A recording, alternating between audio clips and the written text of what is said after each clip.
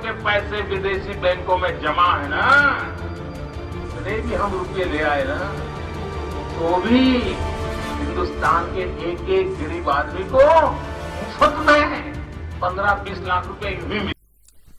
नमस्कार दोस्तों, मैं अतुल शर्मा स्वागत करता हूं आपका रामलीला के छोटे से मंच से, जहां मैं प्रयास करता हूं असत्य, अधर्म, अन्याय के विरुद्ध अपनी आवाज को उठाने की। कल गणतंत्र दिवस है और दिल्ली में इसी के साथ चुनाव की तैयारी भी शुरू हो गई। 5 फरवरी को जो मतदान है वो होगा।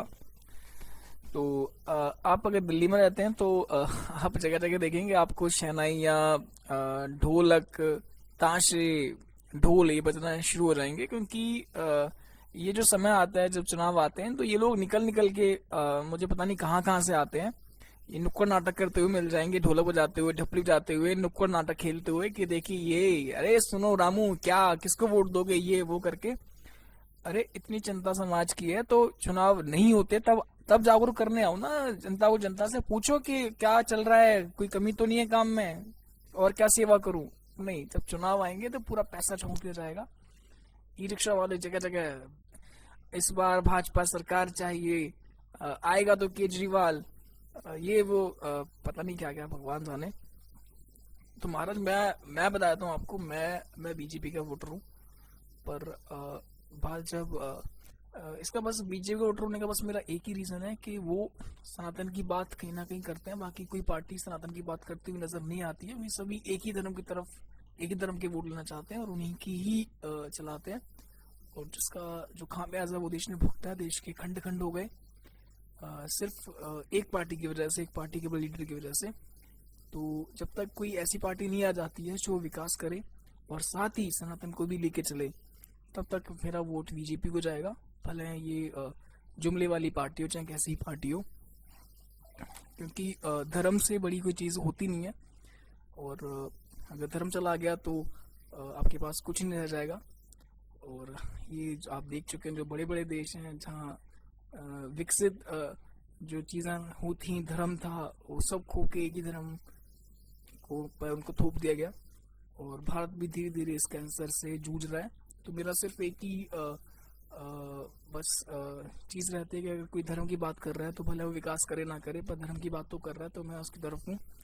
और मोदी में मुझे इतना विश्वास नहीं है, लेकिन योगी जी मेरे को विश्वास है। मैं योगी जी में देश का भविष्य देखता हूँ। मैं चाहता हूँ योगी जी है, क्योंकि कहीं ना कहीं मोदी गुजराती है तो गुजराती अपनी बात का नहीं होता पक्का, पर योगी जी जिस भूमि से आते हैं वो पावन भूमि है, और वो जो कहते हैं वो करके दिखाते हैं। तो आज का जो टॉपिक ऑफ डिस्कशन है वो है कि दिल्ली के चुनाव आ गए हैं और इस बार मोदी जी एक्टिव होके बहुत कैंपेनिंग कर रहे हैं, घोषणा पत्र निकाले जा रहे हैं। ये लोग संकल्प पत्र कहते हैं अपने जो मैनिफेस्टो को, जिसमें बताते हैं कि वो क्या क्या देंगे। तो मोदी जी चाहे कहाँ भी जीत रहे हो, विश्व में जीत रहे हो, चाहे कहीं भी, कहते हैं इनका नाम हो रहा है बहुत। मुझे लगता नहीं कि नाम हो रहा है, सिर्फ आप ऐड किए जाते हैं, आपको थोपा जाता है, ऐसा कोई खास नहीं है इनका। पर ये कभी दिल्ली में नहीं जीत पाए। इनकी एक हमेशा एक हार रही, कहीं ना कहीं इनको मन को बहुत कचोटती होगी कि एक व्यक्ति अरविंद केजरीवाल ने इनको कभी दिल्ली में जीतने नहीं दिया। पूरी जान लगा दी इन्होंने, 2 बार उन्होंने जान लगाई, 3 बार उन्होंने जान लगाई, पर अरविंद केजरीवाल ने इनकी चलने नहीं दी। क्योंकि कहीं ना कहीं अरविंद केजरीवाल जो जनता की जो नब्ज है उसको पकड़ते हैं, समझते हैं और धरातल पे जो चीजों को देखते हैं। तो इस बार जो बीजेपी अपना जो मैनिफेस्टो लेके आ रही है, तो पहले तो मैं बता दूं कि एक बार मैं छोटा था तो 15 लाख का मैंने सुना था कि मोदी जी 15 लाख डालेंगे, तो मैं भी बहुत खुश था कि चलो 15 लाख हर एक अकाउंट में आएंगे। तो घर में हिसाब से हो गए कि अगर हम 5 सदस्य हैं तो 1-2 करोड़ बन जाएगा, तो कहीं ना कहीं जमीन वगैरह ले लेंगे या फिर कोई बिजनेस शुरू कर लेंगे।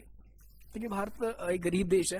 कहने की बात है कि ये पार्टियां तो बस कहती हैं क्योंकि इनको दिखाना होता है कि काम क्या है, पर धरातल पर सच्चाई यही है कि जो पैसा है बहुत कम लोगों के पास है। जो अधिकतर जो भारत की जनसंख्या है वो गरीब है, रोज स्ट्रगल करती है, कमाती है, कुआ खोती है, खाती है। और भारत आज भी बहुत ही गरीब देश है। अगर आप बाहर जाइए, बाहर किसी से बात करेंगे, अमेरिका में जाएंगे तो दे जस्ट लोग, हमें वो लोग दिखते हैं सिर्फ गरीबों की दृष्टि के, गरीब लोग हैं। भले मोदी जी कुछ भी कहते रहे, बीजेपी कुछ भी कहती रहे, पर इससे सच्चाई नहीं बदल जाती। भारत गरीब है, बहुत गरीब है, बहुत गरीबी है। आप गलियों में जाइए, अब देखिए लोगों की तरफ लगे पड़े हैं, रिक्शे वाला रिक्शा खींच रहा है, फेरी वाला बेचारा बैठ रहा है, वेट कर रहा है कि कब कोई इसके अमरूद ले ले, कब उसका कोई केले ले ले। रोज मेहनत करते हैं, रोज खाते हैं। तो अब बात आती है कि दिल्ली चुनावों की, कि अब मोदी जी इसमें बहुत एक्टिव होके कूद पड़े हैं। जहाँ केजरीवाल बात कर रहे थे 2100 रुपये देने की, ये 2500 रुपये की कोई स्कीम लेके आए हैं कि हम 2500 रुपये देंगे और उसमें भी कंडीशन लगा दिए कि सिर्फ गरीबों को देंगे। तो अब मैं सोचता हूँ कि ये लाई क्यों है स्कीम, क्या जरूरत है? जब केजरीवाल 2100 रुपये हर एक व्यक्ति को देना चाहता है तो आप 2500 रुपये देके सिर्फ गरीब व्यक्तियों क्यों? गरीब की क्या परिभाषा है? मैं ये जानना चाहता हूँ कि गरीब की परिभाषा क्या है। भारत का हर एक व्यक्ति गरीब है। मैं जहां तक जानता हूँ कि हर एक व्यक्ति को पैसे की कमी है, कि हर एक व्यक्ति के पास कर्ज है, कर्ज का बोझ होता है। तो गरीबी की परिभाषा क्या है? अगर आपको 25 रुपये देंगे तो सभी को दीजिए ना। तो यहाँ तो आप नहीं जीत सकते, केजरीवाल से कभी नहीं जीत पाएंगे आप। केजरीवाल ने जो कहा है वो किया, उसने कहा बिजली फ्री करेगा, उसने बिजली फ्री करके दिखा दी। आपने कहीं दिखाई किसी भी राज्य में? आप करके दिखा दिए। उसने कहा पानी फ्री करेगा, पानी भले ही गंदा आता है पर पानी कोई बिल नहीं आता है। लोग जितना जो आवश्यक है पानी का वो यूज कर सकते हैं और उसको भी उनको बिल नहीं देना पड़ता। भले पानी गंदा आता है, पानी की समस्या दिल्ली में हमेशा से रही है और 10 साल हो गए केजरीवाल सरकार नहीं कर पाई पानी की समस्या को दूर। उन्होंने माना भी है, जब उनका इंटरव्यू हुआ तो उन्होंने कहा कि मेरी दो जो चीजें हैं मैं नहीं कर पाया आपके लिए, तो मैं यमुना की सफाई नहीं कर पाया और ऊपर से पानी भी नहीं कर पाया। अब ये चीजें हैं, एक तरफ 15 लाख रुपए देने वाली सरकार है जो कभी दे नहीं पाई, और एक तरफ है कि वो कुछ कुछ कर रहा है। कहीं ना कहीं उसकी महिलाओं पे पकड़ है कि वो महिलाएं सफर करती हैं, तो उसने महिलाओं के लिए बस की टिकट फ्री कर दी। बीजेपी कर दे इसको, अगर उसको लगता है कि ये सुविधा अच्छी चीज है तो उसको करके दिखाए।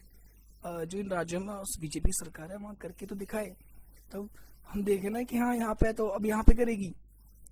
सिर्फ जुमलेबाजी, क्योंकि अरविंद केजरीवाल, इसका रीजन होता है कि जो बड़ी मछली है वो छोटी मछली को हमेशा खाने की कोशिश करती है, क्योंकि बीजेपी चाहती है, जानती है कि कहीं ना कहीं भविष्य में अगर खतरा है तो सिर्फ एक ही व्यक्ति से है, वो है अरविंद केजरीवाल। क्योंकि एक व्यक्ति की 2 स्टेट में सरकार, ये बहुत आई थिंक इंडिपेंडेंट इंडिया में शायद पहली बार हुआ है कि किसी पार्टी की 2 राज्यों में, मतलब किसी तीसरी पार्टी की, कांग्रेस और बीजेपी को छोड़ के किसी तीसरी पार्टी की 2 राज्यों में सरकार आए, और केजरीवाल ने वो करके दिखाया। चाहे कैसे भी करा हो, वो केजरीवाल जाने, पब्लिक जाने, क्या आपस में की बात है। पर इतना आसान नहीं है केजरीवाल को रूल आउट करना कि आप बड़े बड़े कुछ भी कह दीजिए केजरीवाल से आप जीत जाएंगे, बहुत ही मुश्किल है। और जो संकल्प पत्र जो बीजेपी ने जो रिलीज किया उसको देख के तो बहुत ही ज्यादा हंसी आती है। आप देख लीजिए क्या दिया है उन्होंने।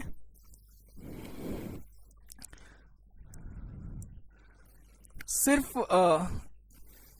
कंडीशंस लगाई हैं कि 2500 रुपये देंगे, वो भी गरीब। अब इसमें गरीब की परिभाषा क्या है? मैं नहीं समझ पा रहा कि गरीब की परिभाषा क्या है। मैं खुद गरीब हूँ। अब मैं कौन से कागज दिखाऊं कि कैसे बताऊं कि मैं गरीब हूँ?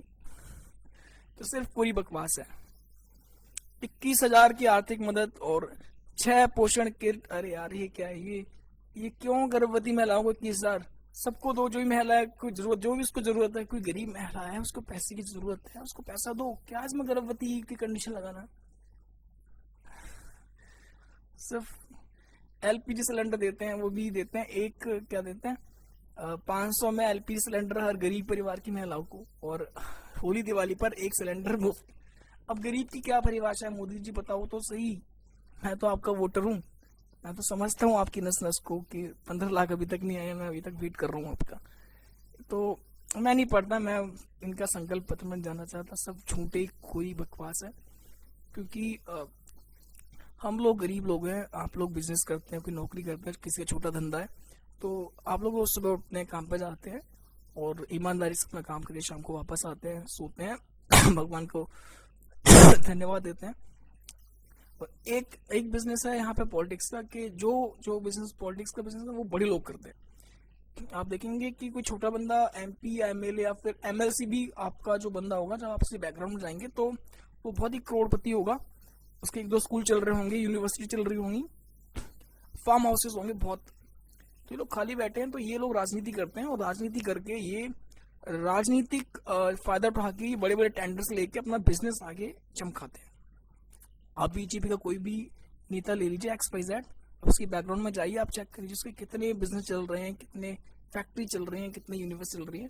सिर्फ ये धंधा है पॉलिटिक्स और कुछ नहीं है, कोई देश की सेवा नहीं है, सिर्फ एक नेक्सस है।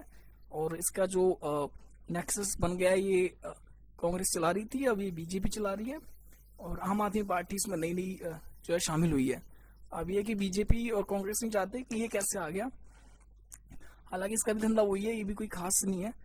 और देश में ये तो रहेगा ही जब तक कि चेतना नहीं आएगी या फिर कोई ऐसा व्यक्तित्व नहीं आ जाएगा कि जो सच में देश का विकास करने आया हो, देश को आगे लेके जाना चाहता हूँ, जैसे कि आदित्यनाथ योगी जी। तो मैं अभी बीजेपी से इसलिए जुड़ा हूँ कि कहीं ना कहीं मुझे उम्मीद है, मुझे आशा है कि आदित्यनाथ जी आएंगे तो शायद जो चीजें हैं वो चेंज होगी, क्योंकि वो जो कहते हैं वो करके दिखाते हैं, वो कभी हवा में बात नहीं करते जैसे कि मोदी जी करते हैं। और ये मोदी जी नहीं, गुजरातियों की आदत है, ये झूठे होते हैं, ये सिर्फ बनिए होते हैं, खेलते हैं। इनमें कोई वैसी कोई वो नहीं है कि देश के लिए। मुझे तो नहीं लगता कि बस गरीब का बात करना, पर गरीब की परिभाषा तो बताइए, मैं भी तो गरीब हूँ, मुझे दीजिए पैसा। मैं तो आज ही वेट करूँ कि 15 लाख आ जाएगा तो कहीं ना कहीं मैं अपनी गरीबी दूर कर लूंगा। सब जुमलेबाजी, वोट लेने के चक्कर। पर मैं तो चाहता हूँ कि आप वोट दीजिए, उस सरकार को वोट दीजिए, उस व्यक्ति को वोट दीजिए, पहले वो किसी पार्टी का जो आपके लिए काम करना चाहता है, जो आपके लिए काम कर रहा है। बाकी ये सब बिजनेसमैन है, बड़े बड़े लोग हैं, ये सिर्फ पॉलिटिक्स खेलते हैं और अपना जो काम है वो निकलवाते हैं। तो आप ऐसे व्यक्ति को वोट दीजिए जिसका चरित्र अच्छा है और जो सच में खड़ा होना चाहता है आपकी समस्याओं को लेकर, और बिजनेसमैन ना हो वो, क्योंकि बिजनेसमैन का सिर्फ एक ही पर्पज है पॉलिटिक्स में आने का, कि वो अपना काम धंधा टेंडर लेके अपना काम धंधा करना चाहता है, वो कुछ भी नहीं। और ये मोदी जी का मुझे तो कोई विश्वास नहीं है, केजरीवाल थोड़ा बहुत कर रहा है, तो मैं तो यही कहूँगा कि डूबते मतलब इसको मौका दीजिए और दीजिए मौका। जब मान रहे गलती की, यमुना की सफाई नहीं करवा पाए हूँ, गंदा पानी अब भी आ रहा है, तो दीजिए मौका। तो बीजेपी को जब दीजिए जब वो किसी स्टेट में वो चीज करके दिखाए। अब इनकी एक चीज बात से आती है मुझे को कि आयुष्मान भारत का इतना डंका बजाते हैं, मुझे तो सबसे थर्ड क्लास योजना लगती है, क्योंकि भारत का प्रत्येक नागरिक बराबर है और सभी को दर्द होता है, सभी को दर्द का एहसास होता है, सब बीमार होते हैं, सबको बुखार आता है। तो ये योजना क्यों, कोई भी जाए उसको पूरा इलाज बिल्कुल फ्री किया जाए और अच्छे तरीके से किया जाए, चाहे उसमें कितना भी खर्चा है। पता नहीं, ये सिर्फ कंडीशन लगा के आयुष्मान योजना होगी तो इलाज होगा, नहीं होगी तो नहीं होगा, ये क्या चीज है भाई। तो यंगस्टर जागे, मेरे साथ जुड़े, रामलीला में हम ऐसी ही चीजें उठाएंगे, भ्रष्टाचार को उठाएंगे, ये जो नेता बने फिर रहे हैं, बिजनेसमैन है, इनका क्या नेक्सस चल रहा है, क्या इनकी स्कूल चल रहे हैं, कॉलेज चल रहे हैं। ये सिर्फ बिजनेसमैन है जो पॉलिटिक्स में जाते हैं, आप काम पे जाते हैं, ये इनका धंधा पॉलिटिक्स है।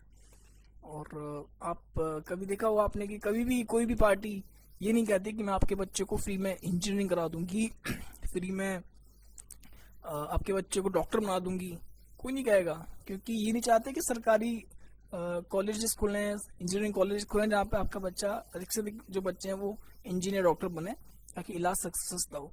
क्योंकि ये चाहते हैं कि प्राइवेट हॉस्पिटल ज्यादा खुले, प्राइवेट यूनिवर्सिटी ज्यादा खुले, क्योंकि ये सब नहीं किए हैं, जितने भी एमपीज एमएलए घूम रहे हैं सभी की प्राइवेट यूनिवर्सिटी कॉलेज से नहीं किए, क्योंकि ये चाहते हैं कि आपसे करोड़ों रुपए ले लें, आपके बच्चे को डॉक्टर बनाने के एवज में करोड़ रुपए आपसे ले लिए जाए, तब जाके आपका बच्चा डॉक्टर बने, और डॉक्टर भी चुने हुए बंदे बने जो कि नहीं के हॉस्पिटल में काम करें।